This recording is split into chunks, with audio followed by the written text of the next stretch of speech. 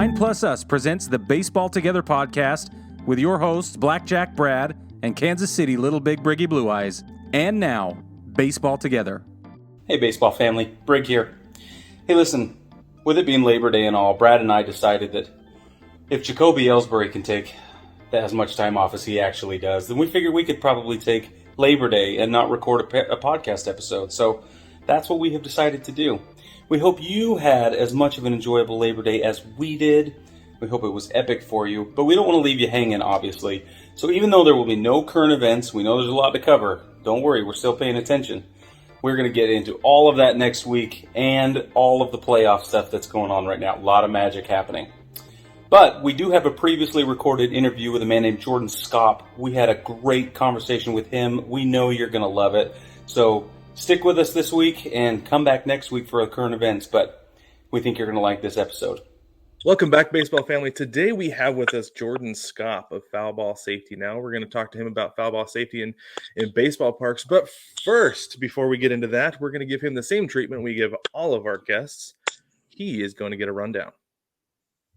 Are you ready, Jordan? Yeah. Yes. Run it down. All right, here we go. First question, what is your quest? The quest is to bring attention to this conversation, to speak to like-minded folks that are really curious to know past and present foul balls. Awesome. What is your favorite color? Blue. Correct answer. Very good. All right, Jordan, if your favorite baseball team was a beverage, what would it be?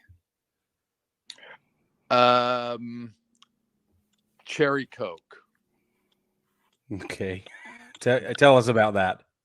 Yeah. Well, the Mets are blue and orange, so I tried to combine the colors, and maybe blue and orange become cherry. I'm not an art teacher or a coordinator, so I'm just taking a flyer on that one.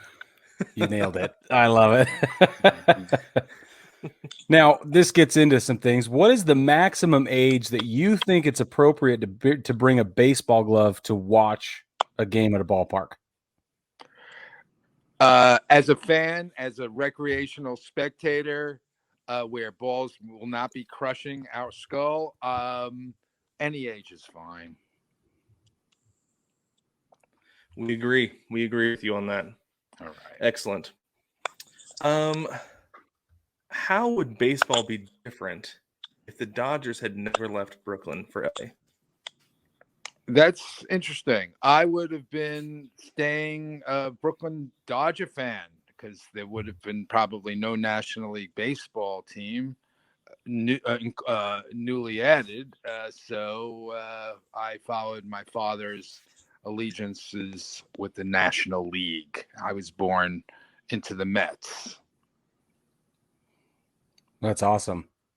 Yeah. So my question then is, who is your daddy and what does he do?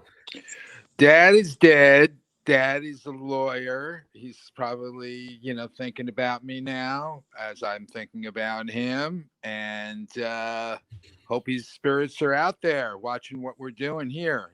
He thinks what I'm doing now is lawyerly like, I'm sure, and he's probably questioning why am I doing this, but I'm thinking I grew up in the same house as you did, so I inherited some of those skills, traits, thoughts.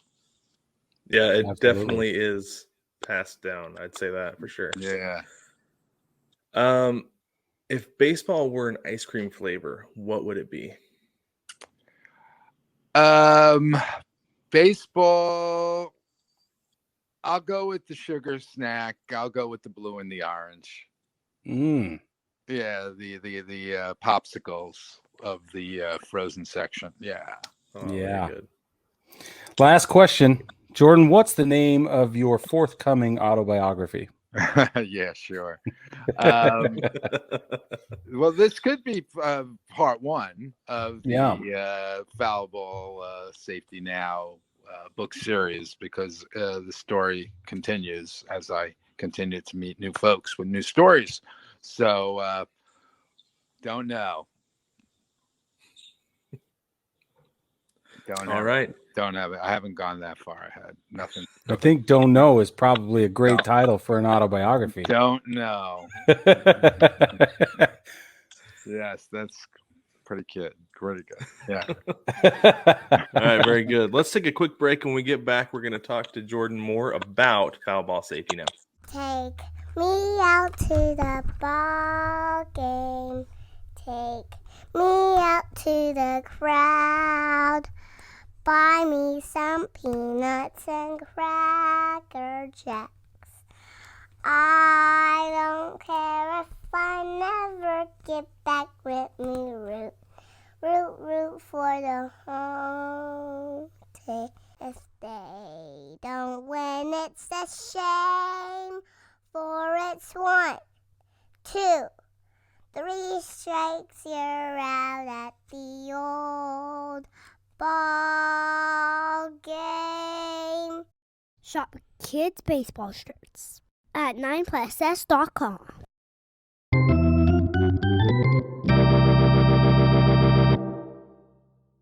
Welcome back, baseball family. Again, we got Jordan Skopp here, and he is championing the fully netted experience at the ball fields, right, Jordan? You want to see the safety nets extended all the way around ball fields all over the country. Yes, thanks for having me. And yes, every ballpark, the 120 minor league ballparks that are still part of the affiliates of the major leagues, and the 30 major league ballparks, which I guess adds up to 150 ballparks, all need to have an independent netting council of architects and engineers have a field visit. They should take in all the statistics on how fast balls go, how high, how wide, how far, and they should be able to tell us where the nets would be placed in the appropriate places, so people are no longer rudely smacked with 100-mile-an-hour line drives. Rudely, yeah. Yeah. So, Yeah. obviously, you're passionate about this. You've got the website. You've done a lot of guest appearances and things like that. How did this all get started for you? Where's the passion coming from? Sure. Well, just a longtime baseball fan, just in the know. I don't think I'm so unique among 70 million baseball fans. A couple of times had really good seats in sections where there were no nets at the time. One time in particular in 2006, where I paid a lot of money for a Mets-Cardinal playoff game, and I was sitting near celebrities like Jerry Seinfeld, and there were no nets over the dugout. And till 10 years later. So I was wondering how season ticket holders and people would come back to these seats on a regular basis, knowing that a ball could deflect right off a bat and really rudely ruin your life. There's a video on my website that shows when there were no nets up in Tampa Bay, a ball going through the two men. And if that had connected with one of those men, that would have been the end of baseball in Tampa Bay that year, because that would have been a bloody mess and probably a death. Because that ball, you wouldn't have had a shot if you were hit in the face with that. Could have been death. But it was inches away, and people laughed it off. So we are laughing and joking about foul balls. There's a million videos on YouTube, and MLB promotes, the close calls, or the man catching the ball with the baby in the hand or the beer in the hand. And most people look at it, it's like a joke, fun. Let's go to the game, catch a foul ball, which I'm all about. But I would love the independent netting council to tell us where the nets need to go, if a ball is allowed to come up and if it's allowed to come down. I'm totally open to that. But how about we have a discussion about it instead of, we do know in 2021, in at least 42 minor league ballparks, there's no nets past dugouts. Where did that little girl get hurt in Houston from the Almora incident? She was right past the end of dugouts. I've identified 42 minor league ballparks, at least 42, from the survey I had done 3 months ago when the season began, that 42 minor league cities from the nearly 100 of the 120 cities that I connected to, and just making simple calls to box offices and asking the simple question, where do your nets go? There are reminders in 2021. The balls will continue to go past the nets and crush things. There was a video in Arizona in the Cactus or the Grapefruit League in spring training when the ball hit the beer, crushed the beer, but it was inches away from people's faces. And it's almost looked about as a joke. Maybe some of those folks are half intoxicated and don't put two and two together, so they remain. Or it doesn't have a ripple down effect, or the media reports it as a joke instead of saying, or comparing it to like a brick coming down from a building, like a loose brick coming down on a regular basis would not be acceptable. There would be rope around that sidewalk. Nobody would be allowed to walk down. In baseball's regular season in 2019, there were 15 people maimed. It was a woman by the name of Kelsey from Deadspin in a 26.5 week season. So that tells me once every other week, serious medical attention is needed at the major league ballpark. And then considering there's 3 times as many more games in the minor leagues, maybe there were 45 serious injuries that we didn't find out about. So I'll take a pause because I could keep going. I've been on this topic for a couple of years, and then 2 years, and then a decade later, and then some in 2019, following the Al Moore incident with the little girl in Houston, that really sent me into activism, if you will. Yeah, I understand that, and one of the very first topics that we broached on our podcast, we very first started doing this was extending the netting, because bringing a ball glove to the ballpark, because physics dictates that if a ball is coming off a bat at 110 miles an hour, if you're in the outfield, it's going to be at or near that same velocity, right? And I don't think people understand that, trying to be the macho guy out there without a glove, So, and I was explaining this to my wife, like, it hurts to catch a 60-mile-an-hour fastball with your bare hand. What's it going to feel like to catch a ball that's 100 plus off with your bare hand? Like, do you know how many even like minor injuries people sustain in ballparks because they're trying to catch a home run with their bare hands, even like broken fingers, hands, things like that? Yeah, I'm fine if the Independent Safety Netting Council was ever installed and said, hey, potentially you can still break a finger and break a hand, or somebody's hand may squeeze your hand, which happened to me, where I was trying to catch a ball and there were 5 hands behind mine, big guys crushing my hand from behind. Right? I was like, whoa. But yes, NBC did a study, and it was, well, I thought it was pretty well done a couple of years ago, and implied how many injuries there were over an 8 to 9 year period in the major leagues. And the LA Times took the same math as I did. Since only 4 out of the 30 teams participated in the study, they came up with 808. There was 707 from 4 teams, but the other 26 didn't share the data, and then 100 others miscellaneous. So the number was about 808. But if you take the other 26 teams and factor that all in, the LA Times guy came up with 4,500. I came up with 5,000. Now, those 5,000 injuries, those foul ball related injuries, not necessarily crushed heads or lost eyes, but clearly I know a handful of those incidences. And I believe there's probably 100 or more of those broken heads and lost eyes, unfortunately. And I like to talk in conservative numbers. I don't want to say, because I don't know, but most people, when they do have a very serious injury, like a lost eye or a crushed face, they're usually very distasteful. They feel distaste. They feel like they haven't been treated right by baseball. They don't have their medical bills paid for. They don't feel like watching baseball anymore. And baseball needs to welcome them back. And I don't think baseball can welcome them back, because if they do, it would be an admission of guilt. And they can't do that. Their lawyers just tell them to move on, which is the whole thing about the legal and the baseball rule, which we can certainly address. But about the injuries, if the LA Times if he's using the right math as I kind of did, he said 4,500 injuries over those 8-9 years from 2012 to 2019 that reported to first aid, based on all the teams. If all the teams supplied the data, all the independent first aid station supplied the data.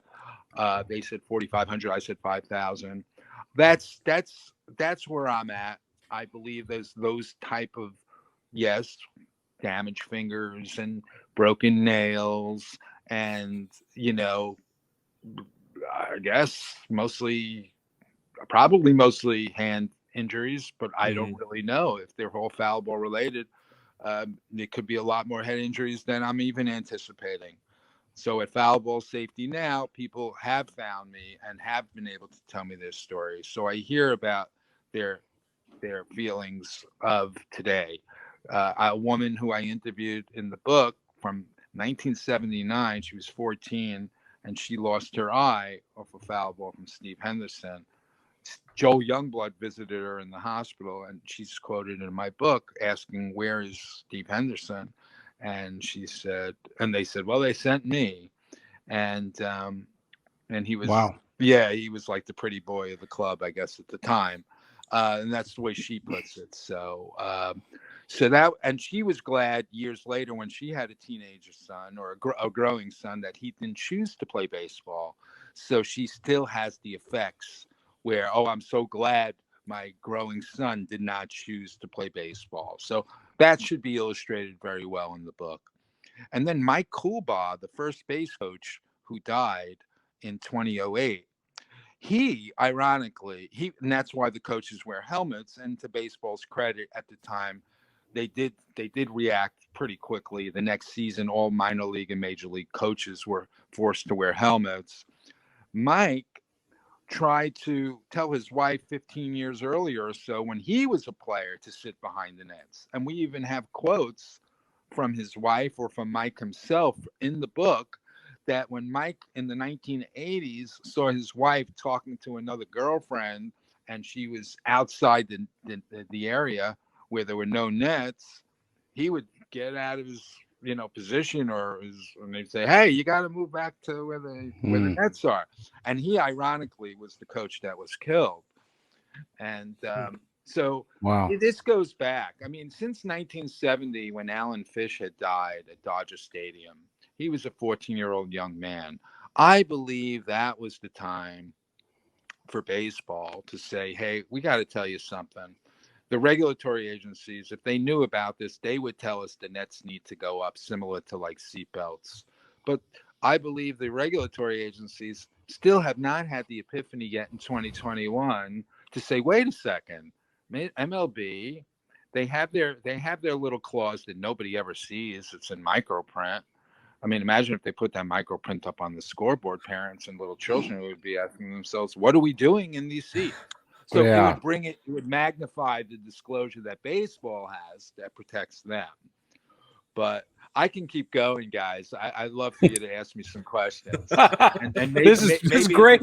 Maybe this is a TED Talk. I don't know. This is the Jordan Talk. But I want a dialogue. I really do. Well, it's fascinating. And honestly, the reason we haven't jumped in is because you're saying everything we've been saying. You're saying all the stuff we've been thinking.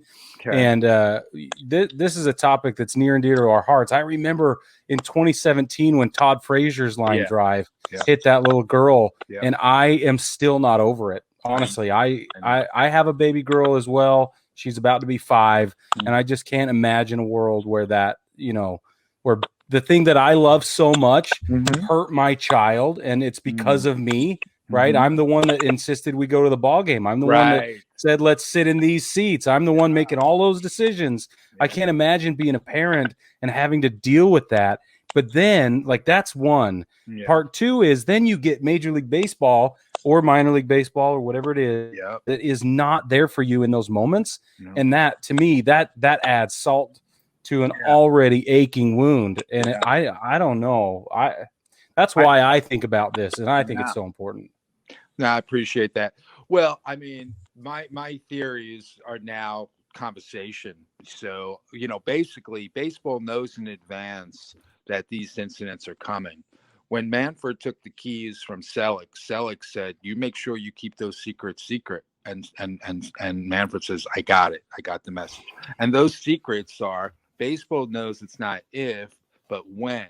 Meaning, once that door opens up, those secrets come out. everyone's going to be like, you mean our growing families used to go to the games once or twice a year, and baseball knew in advance that there'd be emergency visits all over the country on a regular basis? Yeah, they did. And they told us in microprint, which we barely looked at, or they didn't really announce it in an effective way just to protect their butt and nobody else. Yeah, that's what they do. So I believe we're going to create an epiphany of outrage. And when I say the secret's secret, they remain secret, because those folks that have been injured and have gone to lawyers' offices, usually they don't get out of their lawyer's office. The lawyer says, unfortunately, you really don't have a case. And then occasionally it does make its way early in the proceedings, and the judge will then throw it out. Or if it goes into the middle of the proceedings and baseball smells like, we have a plaintiff here the judge is going along with, and this case is proceeding, that's when baseball makes the settlement, because the judge will then compel MLB to disclose all the secrets. And Manfred's job is to keep those secrets secret. The judge can compel the MLB to produce those documents, but it's never, ever got to that stage. You need the right plaintiff, the right judge, the right lawyer that's ready to take this all the way and not take the settlement. So yes, there have been settlements, and baseball, make settlements if they have to. They do not want to see that door open. That's Manfred's job. Keep those secrets secret. And I'm going to continue to suggest, certainly those 4,500 suggestions that the LA Times guy said over that NBC report over 8 or 9 years, that's only the major leagues. Right. Only the major leagues. I've met 13,500 in the minors. I'm going to go to that number because there was 3 times as many more games in the minor leagues up until 2019. There's like 2,400 games a year in the MLB, and it was like 9,000 games in the minor leagues that year, before the minor leagues reduced, from 160 to 120. So clearly I think the math still dictates 3 times as many more games in the minor leagues. And I even identified in Peoria, Illinois, where I rented out a plane to tow a banner. Yeah, I saw that. Yeah. I mean, there's no nets over the dugout there. Hello. Did anyone see that Tampa Bay video of the ball going through the 2 guys? Mm-hmm. And still in 2021? And when you ask Manfred or anyone from MLB, you get stock responses from 2019. They're not interested. I believe every time that MLB makes a statement and every time executives say, our fans are calling us and telling us they don't want seats, I don't believe they're having an honest that's an honest statement, because they're concealing the data. That if these fans knew the data, they wouldn't be calling up and saying, we don't want to sit behind nets. It's almost like they're withholding this from the conversation for the last 50 years. So those naysayers out there, if they really knew from 1970, after Alan Fisher died, that it wasn't a matter of if, but when, I believe certainly growing families would not be sitting there willingly or knowingly thinking like, they don't want to be part of a weekly or biweekly statistic. The other families that were behind nets, if they were informed, would look at them and saying, what is that family doing there? Well, they should be. You look at the most expensive. Where are you? Take those kids away from those families. They have no right to bring their children there. That kind of thing. Well, and you look at the most expensive seats in a ballpark. Where are they? They're directly behind home plate, directly behind a net. Mm-hmm. So the people who are willing to pay top dollar for their tickets, I mean, that's, obviously you're going to take the suites out of the consideration there. But the people who are paying top dollar for regular seating have no problem with a net. And if they do, they're willing to overlook that problem. And that's one of the arguments that we put in place, so that there's no reason to not extend the nets down past the dugouts and possibly even to the foul lines, to the foul poles. Because, was it in Korea, Brig, that we saw, or Japan, that they have them all the way down connected to the foul poles? To the foul pole, yeah. I think it's Japan. I have to look that up again. You're right. Yeah, with Japan, I've been looking into that and knowing more about what I know in Japan. There's team attendants and ushers, and There's not anyone getting rudely smacked with the ball just past the third base dugout where their lives are ruined. There have been injuries, but there's like ushers and team attendants on every aisle. They're even showing, some may say distasteful, but to the point, animation of fans getting carted off on ambulances like Bugs Bunny, just to get it in people's bloodstream that this can happen to you. So please pay attention. Now, even staring without blinking, and you're not getting out of the way. And when these executives say things like, "Oh, you have to watch your children, keep an eye on your children," science says you're not going to you can't get out of the way of the ball. Whether you're Greg Nettles and used to play third base for the Yankees, you can't, sitting in the seat. Greg Nettles can't get out of the way of a hooking 100-mile-an-hour line drive. No. Even if you're staring without blinking, he's not trained to take on 100-mile-an-hour hooking line drives without a glove. Or it's ridiculous. It's just ridiculous. The ricochets. So all that stuff is false because baseball has the data. It's behind the door. Nobody knows it. And baseball, unfortunately, it's not up to us. It's the regulatory agencies. If they knew of this issue, if they knew the regularity of it, they certainly would have been on the scene in 1970. They would have been on the scene now. They would say, wait a second, this just happened. The same dimensions in Houston are the same dimensions as where this beer can got crushed in Arizona. Hello. Yeah. And Tampa. And so, it took them 45 years before they finally put nets behind the end of the dugout, except for places like Peoria. How the St. Louis Cardinals affiliate, the Peoria Chiefs, had no netting at the beginning of the year, and how they're giving us a song and dance that the net is on order and they're hosting games in the meanwhile. It's like we're waiting for the cement to come. The cement may be here in a month. We ordered it. It's coming from overseas. In the meanwhile, they're still hosting games, and bricks can keep coming down because they don't have cement. I don't get it, but it is.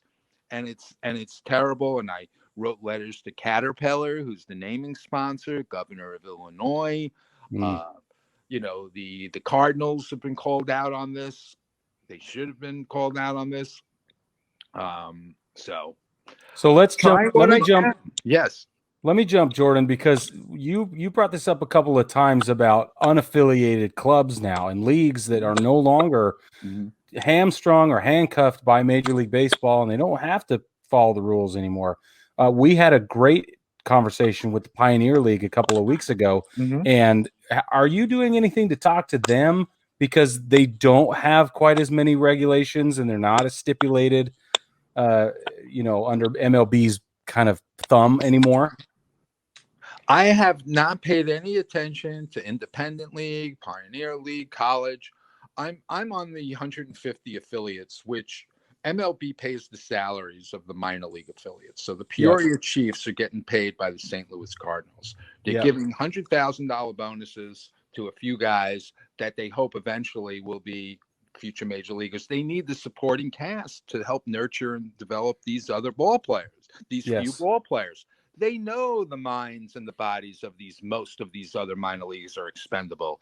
They don't care that these guys are bearing the burden, knowing they could be the next one to do the maiming. And they apparently don't care about the fans in Peoria either. So they do. I've quoted minor league players. They're not dummies. They know that mom and dad are going to sit behind the nets, but they're not getting on the public address to say, folks, my mom and dad are over there. The rest of you few thousand people are out of your minds. They're not doing that, man. But they're so caught up in the dream of being major leaguers, they're not expected to be whistleblowers. They're not expected to say, wait, I'm not going to do this anymore. And whereas guys like Tony Clark, there's no union in the minor leagues. So these guys, there's no union representation. We all know they're making 2.5 cents an hour or whatever. Yeah. It's ridiculous. That's ridiculous. Whatever they are, you know what I mean? Yeah, but it's bad. It's another story. But how these guys some of these clubs weren't paying these guys salaries with the shutdown. Ridiculous. But that being said, it's unbelievable that these guys have to bear the burden. They know they could be the next one to do the maiming. It's not a good feeling. And Tony Clark should have paved the way. He went through it too. And why isn't it the older guys saying, all right, we went through it. We told our moms and dads 20 years ago to sit behind the nets. We held our breath that nobody would be hurt. certainly while we were playing, but still, it's a community thing. That's why guys like Almora, when he hurt that little girl, he should have been, some team psychologist should have been in his ear that night, said, dude, it's all of us, man. This is the dysfunctional situation that we're in. And I give you two options. You either can leave the game and get yourself out of it, and I wouldn't blame you, or you could band with your brothers and say, we don't want to play in a situation where we can do a maiming, just in the next batter, or the next pitch could do the next maiming. In 1957, Richie Ashburn, if you look this up, Richie Ashburn, former Philadelphia Philly, he heard a fan. She was getting carried off on a stretcher. The next pitch, as they're carrying her off on the stretcher, hit another limb on her body and broke a limb as she was on a stretcher. Is that insanity? But yes. That's insanity. According to the article, Lancaster something, Pennsylvania, Richie Ashburn.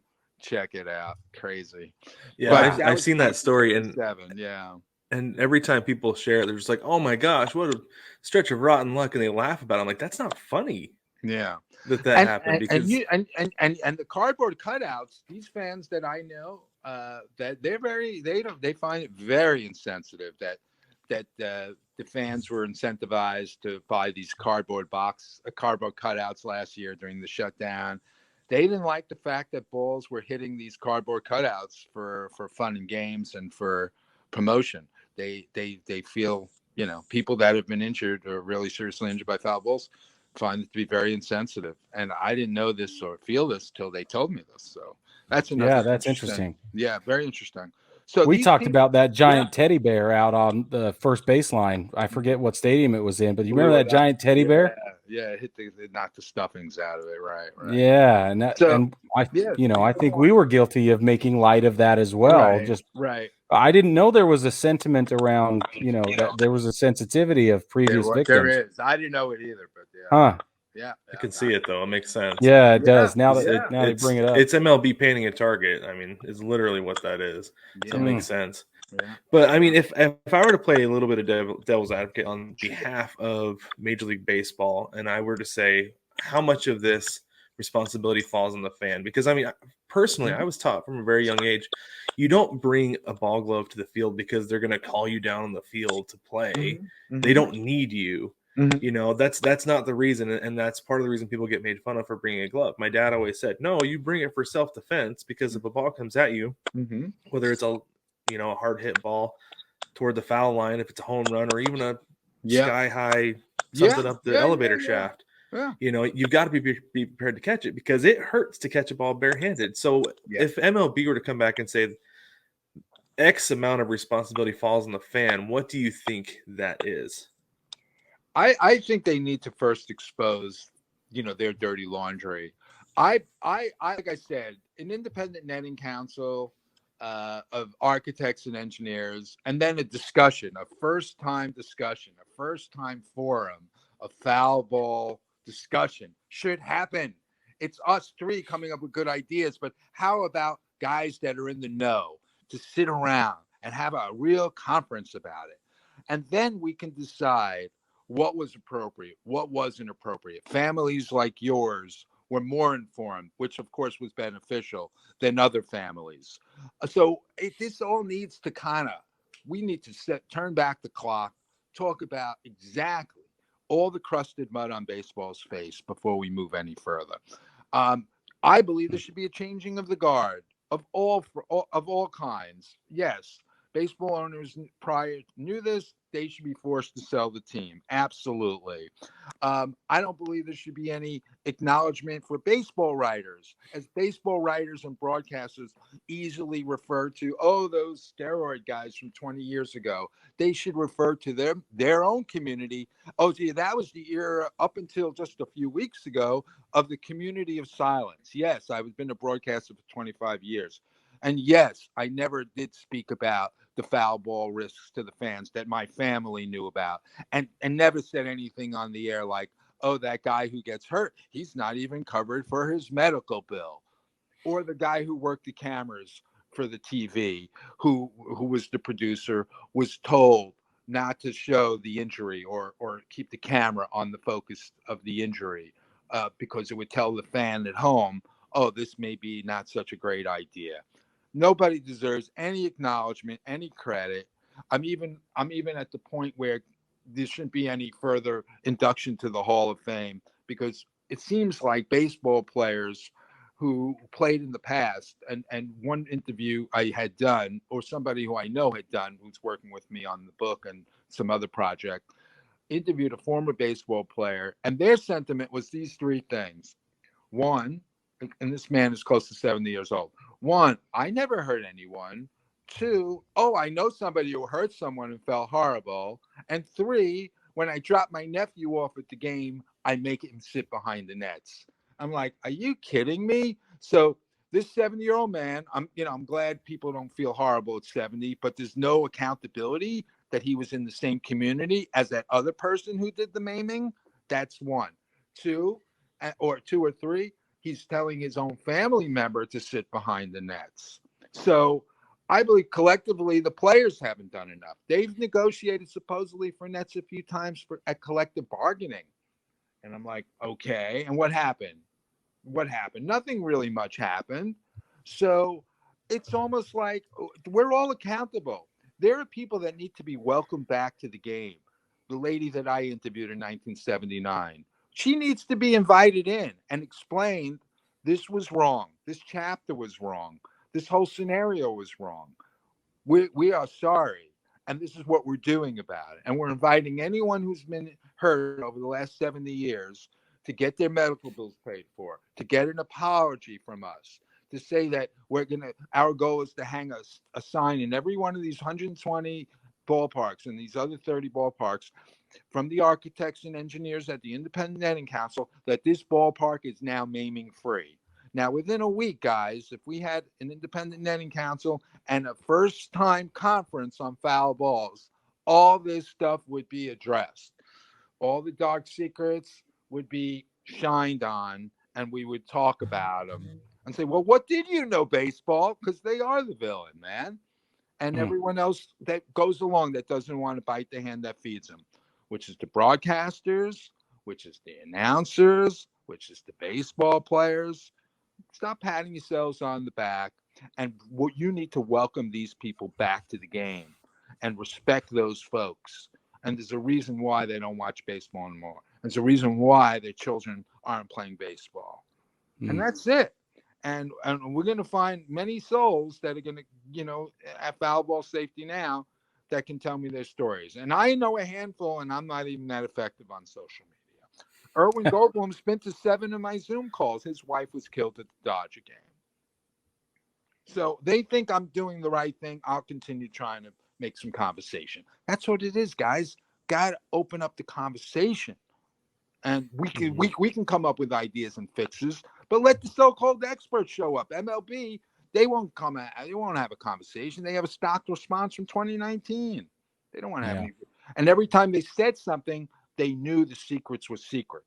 And so it's nonsense. And when the executives are saying things like, oh, our fans are calling us and saying they don't want nets.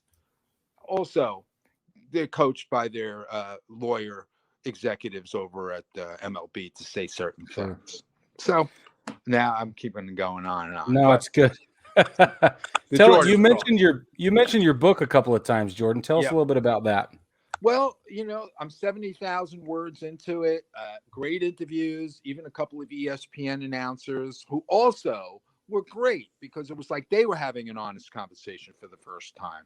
Right. I believe when you present inconvenient truth to individuals, they are going to act truthful. And that's what we need to do. And if it shines a light on the hypocrisies and the past, so be it. We need to do it. The book is going to be done when these interviews stop coming in. When I have an audience that will absorb the book. I don't have a big audience right now. If I had a publisher of a book and they said, Jordan, a lot of people are now going to see the book, then we would be ready to publish in no time. So it's a collection. It's getting thicker. It's getting more interesting. I guess the book will be done when either a publisher or the stories stop coming, one or the other, and when it's time to put it into print. But clearly my website is a big old scrapbook. I think people can get a big idea about that at foulballsafetynow.com. I think if they know somebody who wants to share their stories from 30, 20, 50 years ago, please do. They have a comment or a question. If they want to talk to me on or off the record, that's totally cool too. So it's just it's a process of this 2-year journey, and it's really exciting that people are finding this conversation, and interviews like this are very important. So Well, we hope we can help give rise to this conversation. We've brought it up a number of times as well.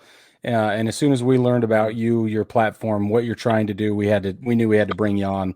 Everything we do is to benefit our baseball family, our viewers and our listeners. They're our baseball family. We treat them like family. We feel as strongly about it as the words imply. And their safety is just as important as anything else. Is their enjoyment, the nature of the game and how they consume it, everything, all of the above. So we really appreciate you adding to that conversation. And I know there's going to be more to discuss. We got to have you back on the show at a later time to talk more about how the book is going and some of these interviews that you're getting. And as the story richens and continues to get thicker, like you said, it's going to kind of carry itself and build its own momentum. I hope so. Yeah. I hope so. It's great to have these shows. And, I would hope that on the last Zoom call that we had, somebody from ESPN showed up, Willie Weinbaum. And I said to Willie, Willie, why am I hosting these, calls? Why isn't ESPN hosting this conference?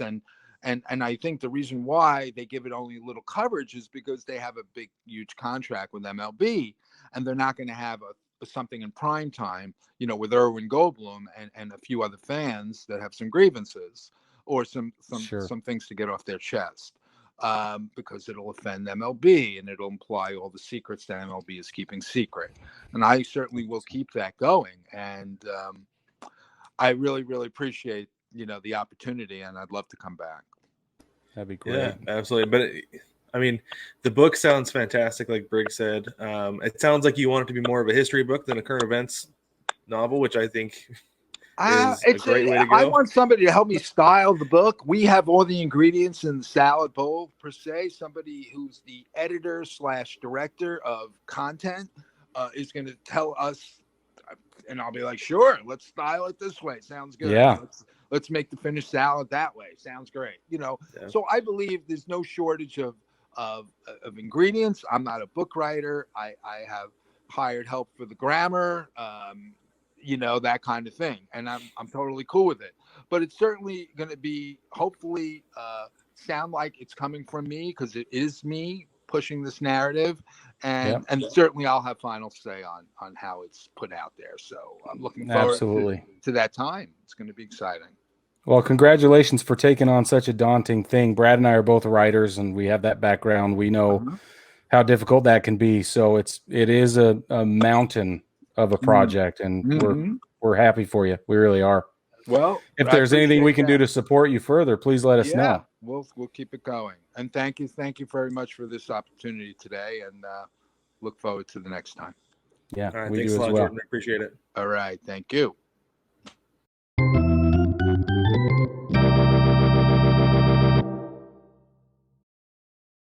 Well, baseball family, that was Jordan Skopp joining us from Foul Ball Safety Now. We really appreciate him taking the time. And Brig, that was an outstanding conversation. I loved it. Very, very enlightening. He had a lot of great information. I'm still in shock and awe of it all. Making me reevaluate some of my opinions about things, I think. But anyway, Yeah, it really is. But anyway, don't forget to jump on the shop. Today I'm wearing my my Pirate Baseball shirt and my United We fan hat. You could get that on 9plusus.com, NINEPLUSUS.com. Brig has his baseball things hat on. It's very nice. It's nice little cream color. It looks very good. But go ahead and hop on there and get yourself something nice. Don't forget to like, subscribe, rate, and review the podcast, everyone. We want to know how you think this is going. we think is going really well. But it's your opinion that matters. We couldn't do it without you. If you're on YouTube, hit the subscribe button and smash that bell so that we know that you're paying attention. You can get updates every time we drop something new, content wise. Don't forget, we are also on Instagram, kind of, and on TikTok as well, sort of. And we're doing the very best we can to balance everything we have going on. But it's a lot of fun when we do get something to post and we have a good time. So you can, I think Apple Podcasts is the only place you can leave a star review or rating. So I think so. Don't forget to do that. You're right. Yeah. So if you're an Apple listener, go ahead, do that for us if you would. That'd be great. Everybody else, just keep downloading and we'll keep the content rolling. We appreciate you and we're grateful that you're here every day, that we are able to be here with you. That's right. And with that, baseball family, we will catch you next week.